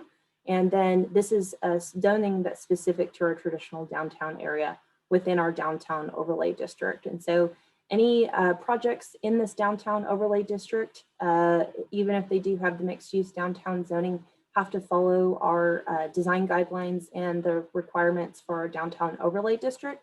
So those limit height to 40 feet. There are 0-foot setbacks. 90% impervious cover is allowed in some situations for commercial properties. And then you have a 10-foot landscape buffer to residential zoning. So there would not be a landscape buffer required for the future development of this property because it's not adjacent to any residential zoning. So when staff reviewed the application, we found that it complied with the applicable requirements of our criteria for approval, excuse me. So the application was complete. The zoning change is consistent with the comprehensive plan. The zoning change does promote the health, safety, or welfare, general welfare of the city. And then also it's compatible with the present zoning and conforming uses of nearby property. In particular, the change from RS to MUDT makes this property have a zoning much more similar to the surrounding zonings. And then the property to be rezoned is suitable for the uses that would be permitted by the district. And so notification was provided in accordance with our UDC requirements. So 33 property owners were notified by letter. The notice was placed in the Sun on February 14th. 2 signs were posted on the property, and as of this meeting, staff has not received any comments on the request. And so in summary, this is a public hearing and possible action on a request to rezone an approximately 0.13 acre tract of land out of the Clement Stubblefield survey, also known as a tract out of Block 65 of the Lost Edition, from their residential single family zoning to mixed use downtown for the property generally located at 1103 Rock Street. And so because this is a zoning request, the Planning and Zoning Commission shall hold a public hearing and then make a recommendation to the City Council. That does conclude my presentation, commissioners. I believe the applicant is in the meeting if you have any questions, but I'm also happy to answer any questions you might have. All right, thank you, Britton. Are there any questions from the commissioners to Britton or the applicant at this time?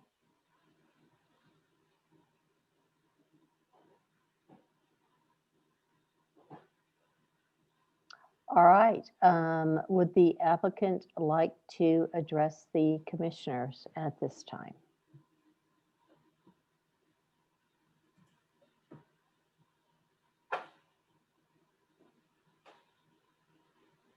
All right, not hearing any response. Is there a motion by the commissioners pertaining to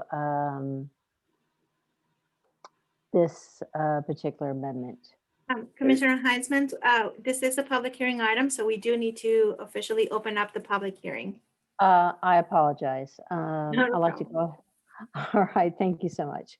I'd like to go ahead and close the session with the commissioners, and I'd like to open up to public hearing at this time. With that being said, do we have anyone signed up to talk? I do not see any hands raised, nor do I see anybody that has signed up in the Q&A session or in the chat. All right, then Adriana, is it appropriate to go ahead and close to public hearing at this time? Yes, ma'am. Since with no speakers that have signed up, you can go ahead and close the public hearing. All right, I'm going to go ahead and close the public hearing, and I will open up a motion to the commissioners.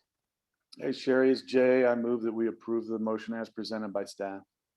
Okay, thank you so much. Jay, do I have a second? This is Commissioner Salyer, I second.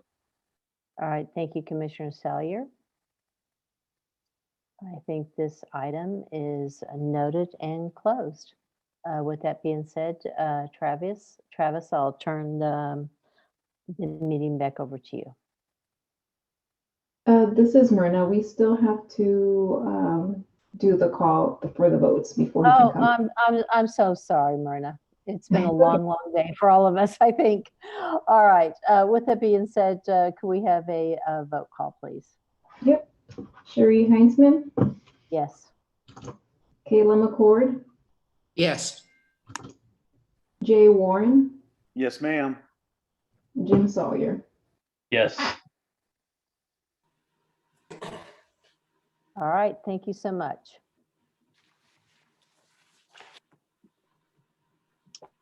Okay, next item is just file number 2021-3-Z, and Britton, this is yours as well. Yes, sir. Thank you so much. Britton again, commissioners. So you get to see me twice as much as usual this evening. So thank you so much for everyone's time. The second rezoning I have to present to y'all is for an Ash Street property. And so this is a public hearing and possible action on a request for a zoning map amendment to rezone an approximately 0.19 acre tract of land, being the south part of Lot 2 and north part of Lot 3, Block 26 of the Glasscock Addition, from the office zoning district to the residential single-family zoning district for the property generally located at 1006 Ash Street.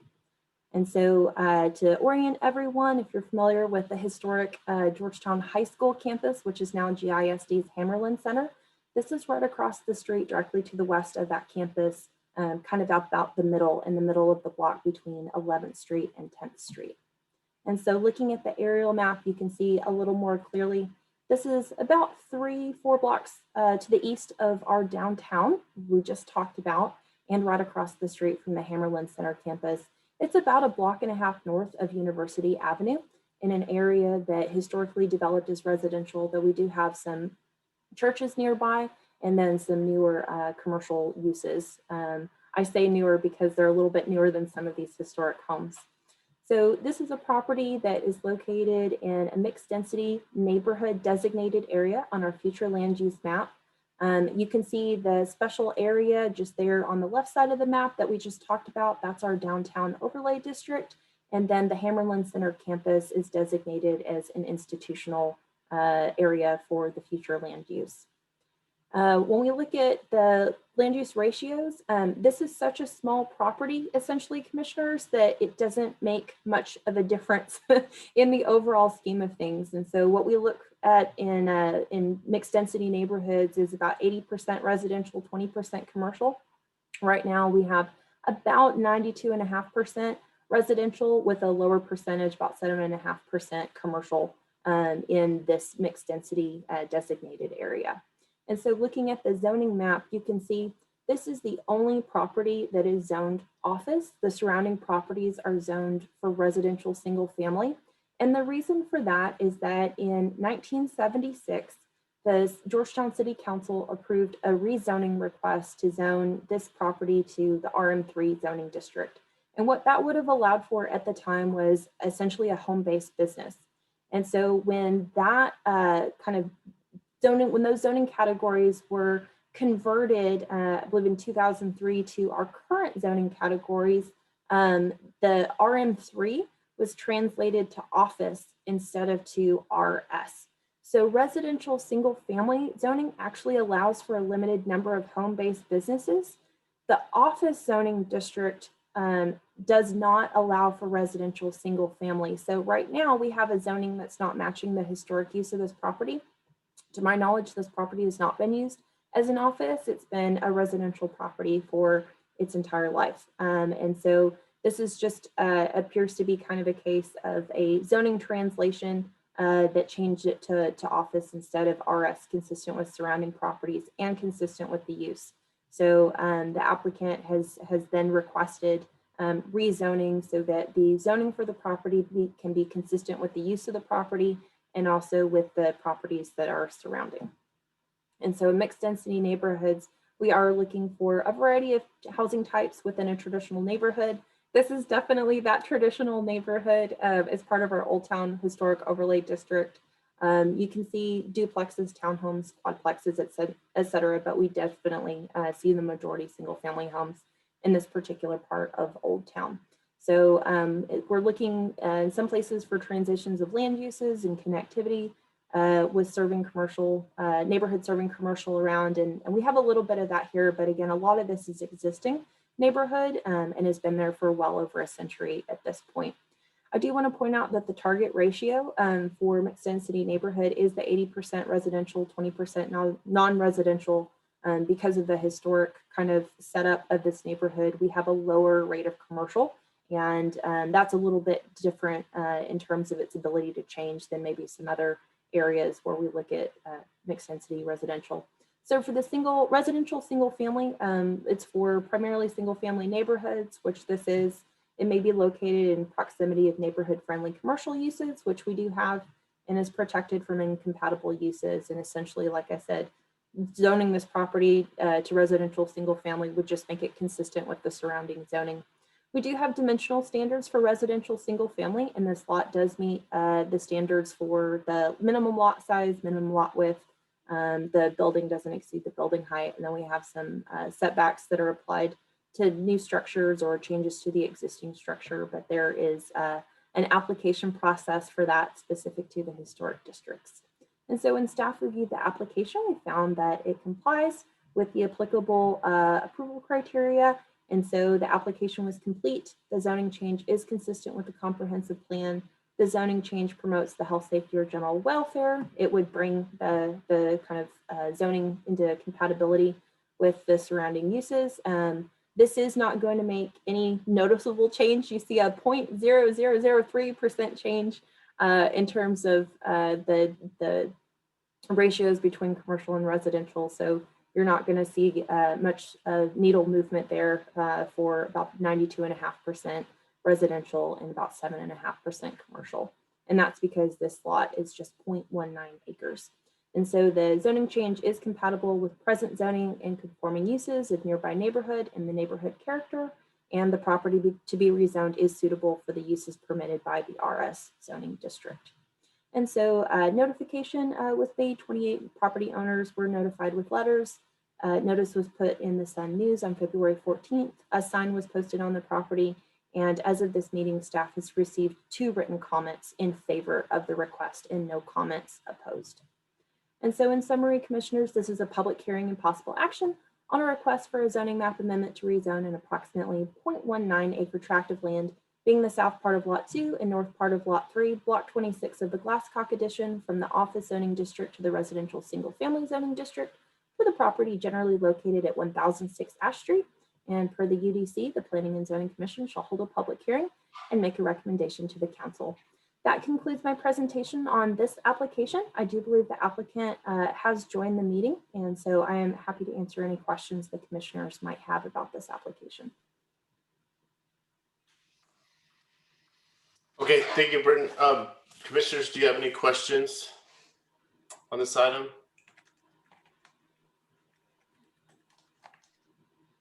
Travis, this is Sheree. I have no questions. Okay. Is the applicant here? Would they like to speak? Yes, I would. Okay. My name is Elizabeth Dickerson. I'm the homeowner at 1006 Ash Street. This will be quick. I know y'all have had a long night. When I purchased my house in 2012, the zoning issue did not come up. Didn't find out till recently when I'm trying to refinance my home, and I can't refinance until I put it back to a house. So I appreciate your consideration, and I'll answer any questions. Commissioners, anyone have any questions for the applicant?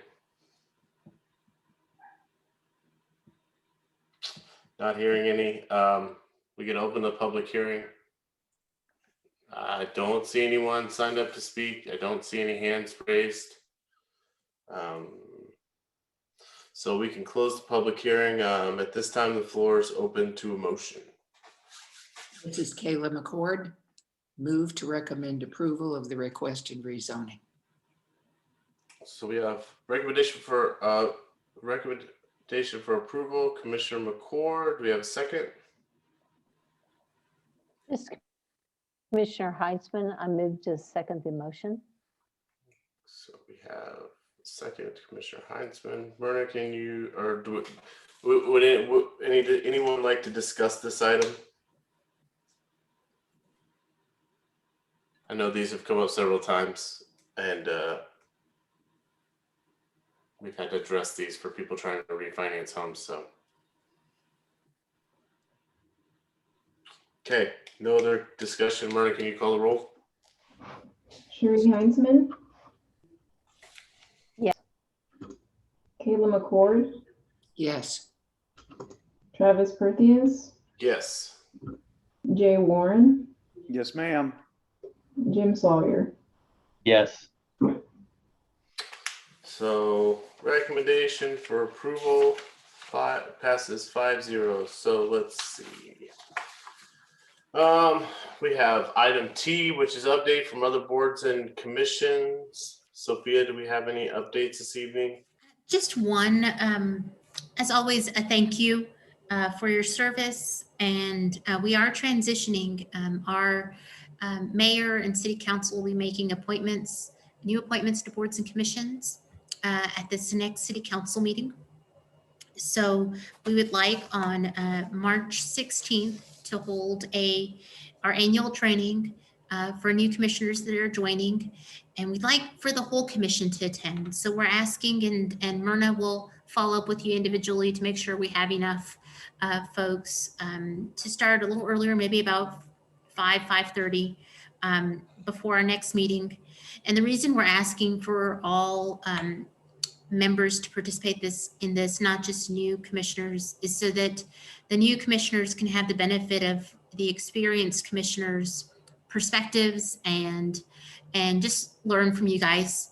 And so if possible, if you can do a couple of things, one, respond to Myrna when she asked for if you're available to attend. Two, really bring your experience to that meeting and help our new commissioners out that will be joining us. And then last part, if for that particular workshop and training, if it's possible to have your cameras on for that portion of the workshop, if you have a camera available, we just want the new commissioners to be able to see your faces and actually put faces with names. Hopefully this year we'll be back in person at some point.